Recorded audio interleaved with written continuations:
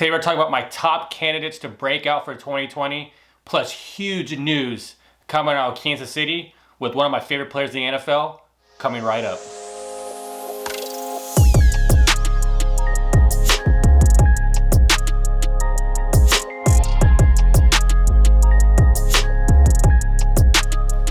Welcome to the Gridiron Fantasy Football Podcast today. Thank you so much for joining us. Today is Tuesday, July 7th, 2020. My name is Chip and I'm your host. If you're a new listener, you can find us on Apple Podcasts, Spotify, Stitcher, and now we're on iHeartRadio. You can also find us on YouTube at Gridiron Fantasy Football. Don't forget to hit subscribe so you don't miss another episode. And, we just celebrated 4th of July. I hope everyone had a very good 4th of July weekend. I know things are probably going to be altered a little bit just based on what's going on and everything. But regardless, I hope everyone had a nice, safe, and fun 4th of July weekend. So, well, guys, there's a lot of news to talk about, so I want to get right into it. As of today, Patrick Mahomes signed a 10-year contract extension worth $503 million with $477 million guaranteed. He is the first American athlete to sign a contract worth almost over $500 million. I mean, we all knew Patrick Mahomes, when it was time for him to sign a new contract, was going to blow it out of the water. And he is on his own island of what he is from a quarterback standpoint. A lot of people are talking about how he's going to set the market. Regardless of what's going to happen, no one's going to make more money than Patrick Mahomes. He's on his own island by himself. And it's just now figuring out who's going to be that second tier of quarterbacks being paid, if it's going to be Deshaun Watson or Dak Prescott, whatever. But this is something that is just, it's weird to see. It's an exciting thing to see. Someone who has so much success coming into the league, already winning an MVP in his first year as a starter, and then winning a Super Bowl in his third year as a starter. I mean, this is the elite quarterback for years to come. And what better way for securing the face of the NFL moving forward with signing him to a 10-year extension, which will give him a contract through 2031. So super exciting news. Obviously, you see me if you're watching on YouTube. I'm wearing my Patrick Mahomes jersey in honor of the fact that he just signed a huge, massive contract. So it is going to be fun to watch him play throughout the years, and I look forward to it, just like everyone else. I look forward to see what he does with this new contract and having more Super Bowls and things that he does, in the next 10 to 12 years.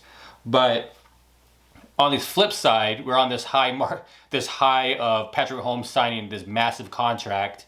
And then in other news, we have, on the other spectrum, we have Cam Newton. He signed with the New England Patriots on a 1-year league minimum incentive-based contract.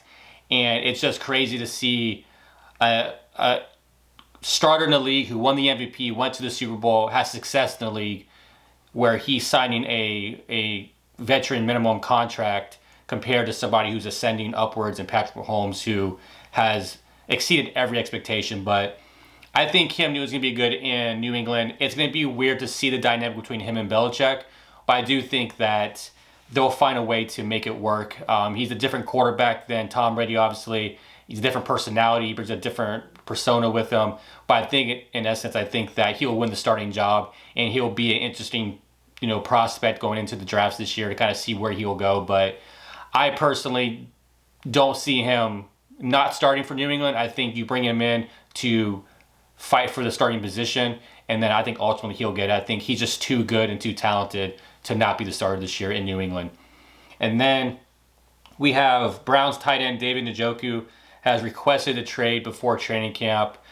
This is kind of a surprising thing to see. I know that bringing Austin Hooper probably made him upset at the fact that they brought another tight end when he is a really good tight end. I think that he was on that verge of breaking out, and now bringing Austin Hooper, I think maybe he feels like a new beginning is worthy of the trade request. But there hasn't been a lot going on in that talk. I haven't heard anything based on all the sources that we see throughout the NFL and sports that it seems unlikely that he'll be traded. It looks like he is in the plans for the Browns going into this season, but still, I mean, it's always interesting to hear players requesting trades right before training camp and all that. So we'll see. So that could, obviously, from a fantasy standpoint, will determine his value once or if he gets traded from Cleveland. And then another news, we have Antonio Brown. He has been working out with Russell Wilson. We've seen the videos on Instagram and all their social media that Antonio Brown obviously wants to be back in the league, and he's been working out with Russell Wilson. And I don't know how much leverage that has, or if Russell Wilson is trying to leverage having Antonio Brown on the team. I mean, it will be very interesting to see what happens in the dynamic of that, but it looks like Antonio Brown still has the skills, obviously. I don't think anyone has questioned his skills. It's just a matter of what the league's going to do with him moving forward in terms of, suspensions or anything like that. So just keep a lookout on that and see what transpires from that. And lastly, the NFL has reduced the preseason by 2 games. So they took away week 1 and week 4. And then they're also talking, the NFLPA has discussed eliminating all of 2020 preseason games, which that's going to be very interesting when it comes to fantasy outlooks, because there's a lot of players who emerge in the preseason that is on nobody's radar. And the fact that we won't be able to see anybody play, if that happens, it's going to put every fantasy football player on an even surface when it comes to not really having a one-up on, if you've watched, I watch preseason all the time, so I love watching preseason games because I like seeing players that emerge that maybe other people in my league are not watching, so I'm big on that. So now if there's no preseason, that's going to make a lot of players that we weren't expecting to emerge kind of out of nowhere, during the season, because usually you see some players kind of take off in the preseason, and now if we don't get one, it's going to be very hard to evaluate depth and other receivers or other running backs or quarterbacks that may be on the roster that may get opportunity to start.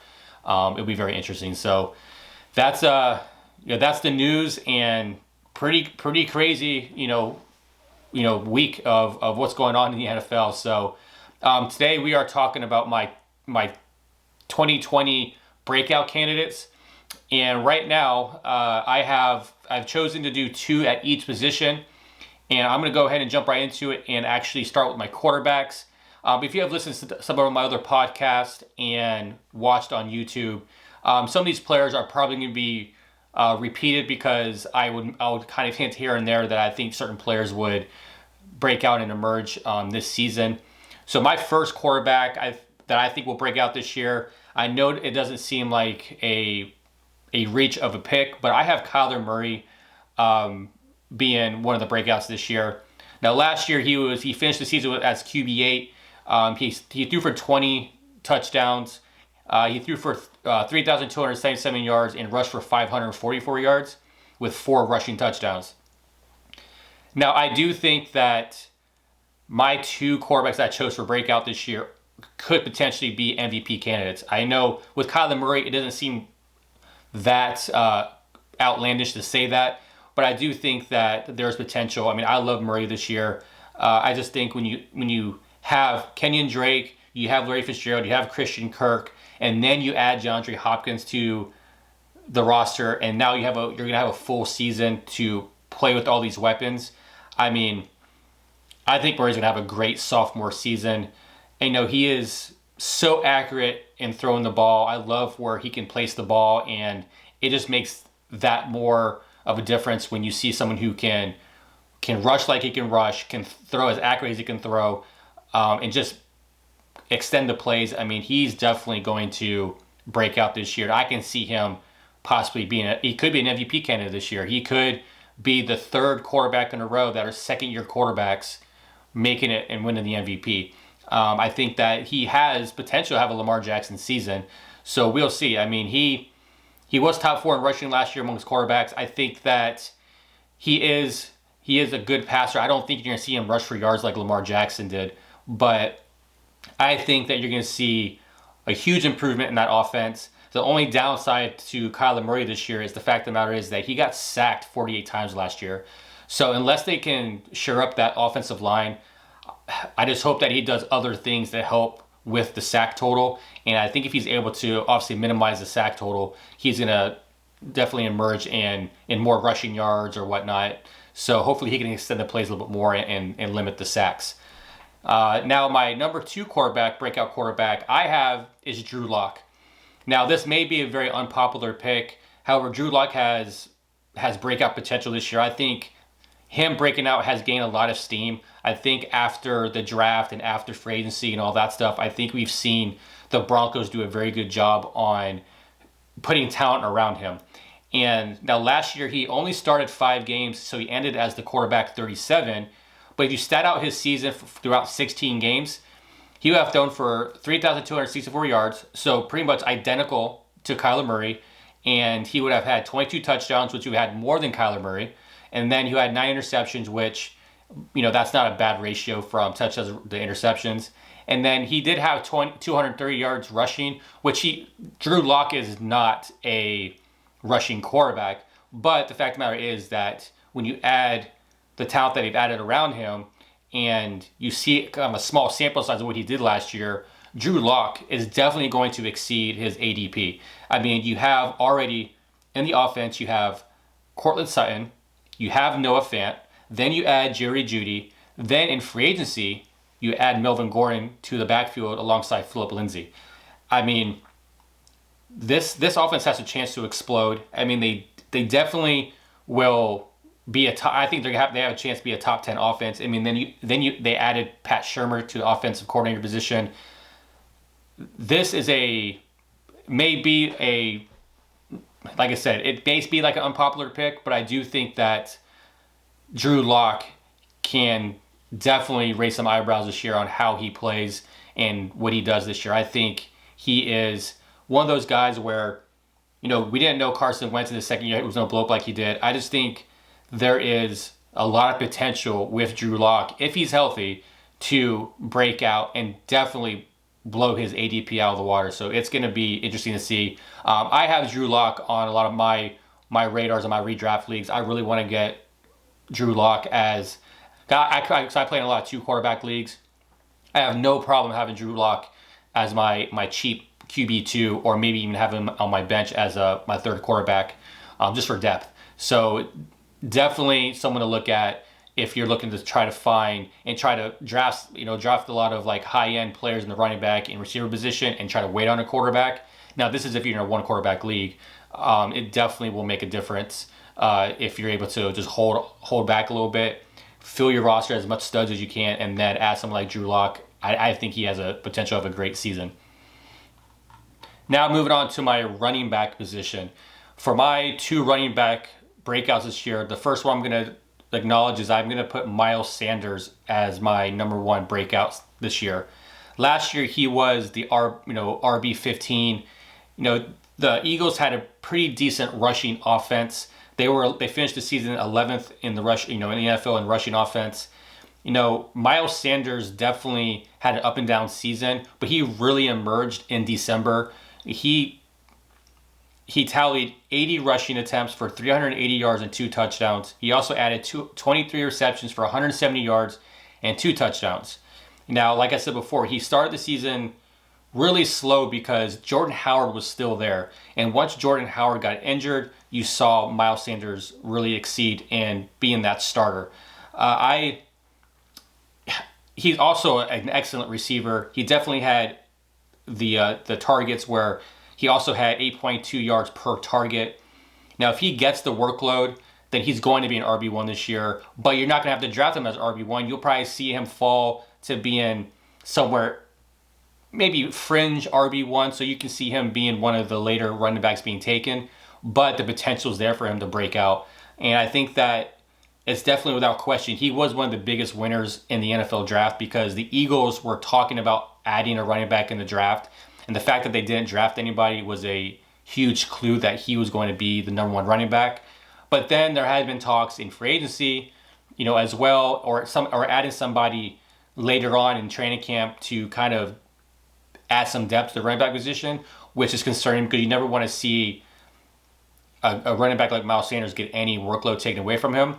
But again, it's July now. Training camp starts hopefully in a few weeks.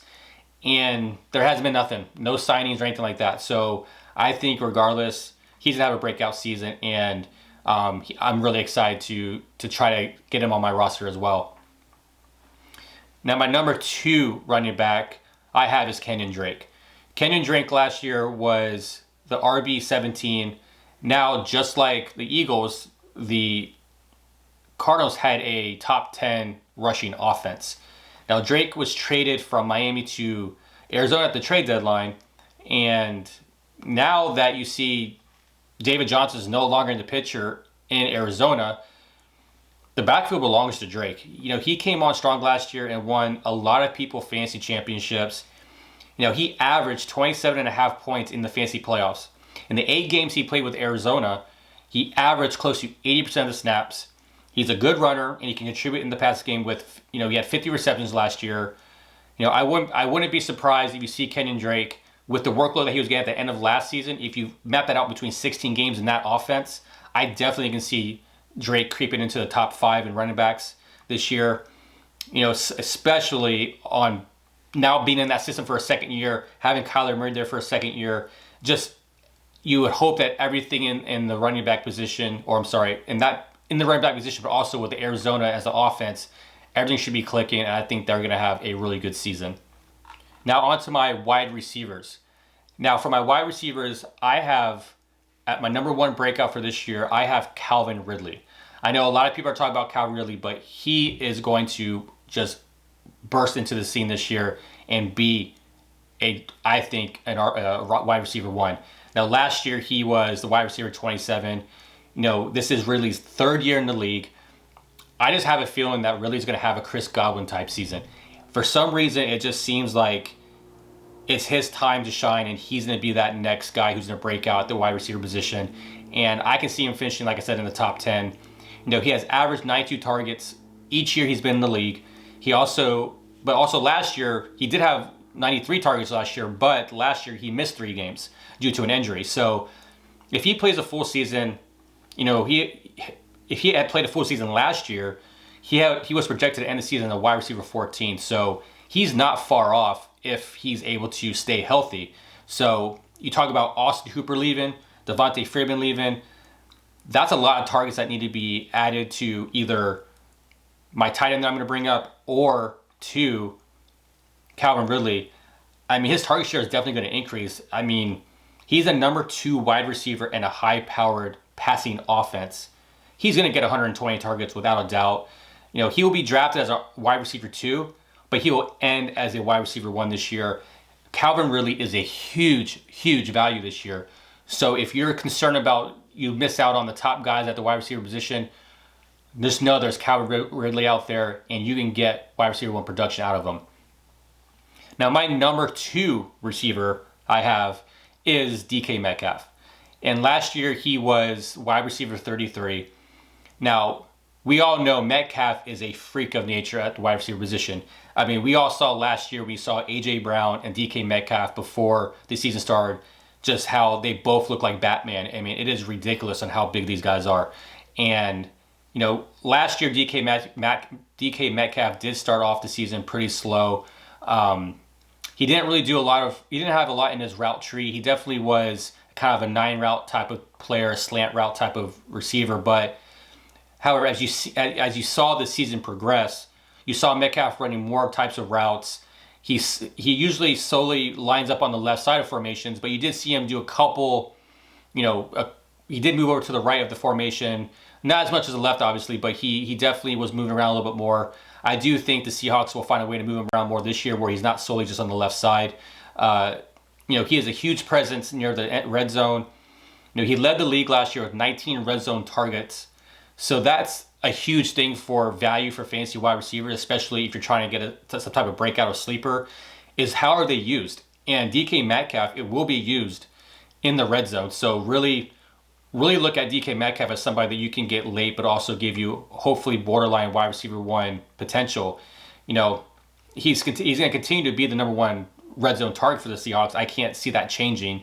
I also think he will lead the league lead the Seahawks in targets and air yards.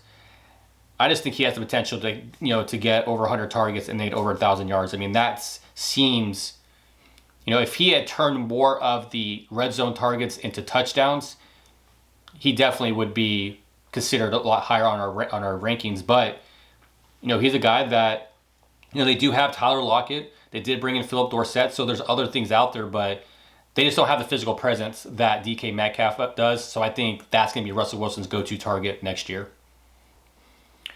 Now at tight end. Now my breakouts are, I think they're decent. I don't think that they're big reaches or hot takes or anything like that. I think if you look at the potential of what these guys are able to do, I do believe that these guys will emerge and break out this season.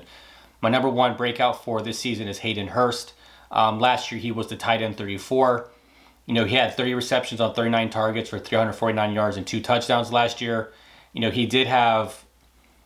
wasn't really a part of the offense for the Ravens as much as obviously Mark Andrews and whatnot. He was kind of like that second tier guy. But if you look at what the Falcons do with the tight end position, if you look at how they utilize a tight end, last year Austin Hooper for the Falcons had 18% of the target share. So if you look at what that will give for Hayden Hurst, Austin Hooper last year was the number one tight end before he got injured. So if you look at that, and then you add Hayden Hurst, who has the potential, he was a first round pick, so he has the potential to break out this season, especially if the Falcons utilize him like they utilized Austin Hooper. Hurst was traded from the Baltimore Ravens to the Atlanta Falcons in the offseason. Now, in my rankings alone, if you watch my last video about my tight ends, I have Hayden Hurst ranked at number 9, so I have him pretty high. I think highly of him this year. He does have the skills to flourish in the Falcons offense just because the Falcons do utilize the tight end position. I think that, like I was saying about Calvin Ridley and why his target share will go up is because there's a lot of vacant targets. So you add someone who's talented like Hayden Hurst into the Falcons offense. Why can't Hayden Hurst have a year or be this year's Darren Waller or Mark Andrews? He's a risky pick, but he's a late flyer. He's worth taking. If all the top tight ends are gone and you're looking at potential of okay, who can break out, I definitely can see Hayden Hurst being that guy. So definitely someone that you can draft that has tight end 1 potential. So really look into Hayden Hurst as a guy that you can, if you have to wait on tight end position, he's a guy that you can potentially see as a guy that breaks out. And then my number 2 tight end I have is Tyler Higbee. Last year he had a good season, so him breaking out this year it's not much of a hot take, but the fact of the matter is he has potential to be a top 5 tight end. He did end last season as tight end 8. He had 69 receptions on 89 targets for 434 yards and for 734 yards and 3 touchdowns. He owned 15% of the target share. Now Higbee was an unexpected fantasy stud late in the season. He did average 21.44 PPR points from weeks 13 to 17. And he was in the game for 92% of the Rams' offensive snaps. So when he was in the game, he was obviously intentionally used. He's a nightmare matchup. If he's healthy and he plays all 16 games, Tyler Higbee will be a tight end 1 again this year and possibly a top 5 tight end. He definitely is one of those breakout candidates for this season. So in conclusion, for my breakouts this year, I have, for quarterback, Kyler Murray. I have Drew Lock. At my running back breakout position, I have Miles Sanders, Kenyan Drake. At wide receiver, I have Calvin Ridley, DK Metcalf. At my tight end position, I have Hayden Hurst and Tyler Higbee. So there you have it. Those are my 2020 breakout candidates. Thank you so much for listening to today's podcast. Let me know if you found value out of this. Please leave a comment. Let's discuss what breakout candidates you may think are potentially out there. Tell me if you agree or disagree with me. I want to have a communication dialogue. So in the community. So please let me know. Leave a comment. Now on my next episode, I'm going to talk about my bounce back candidates for 2020. So please hit subscribe so you don't miss another episode. Now you can find us on Facebook and Twitter at the Gridiron Pod, and you can find us on Instagram at the Gridiron Fantasy Football. So that's it for today. Have a great day, and we'll see you all in the next episode. Take care.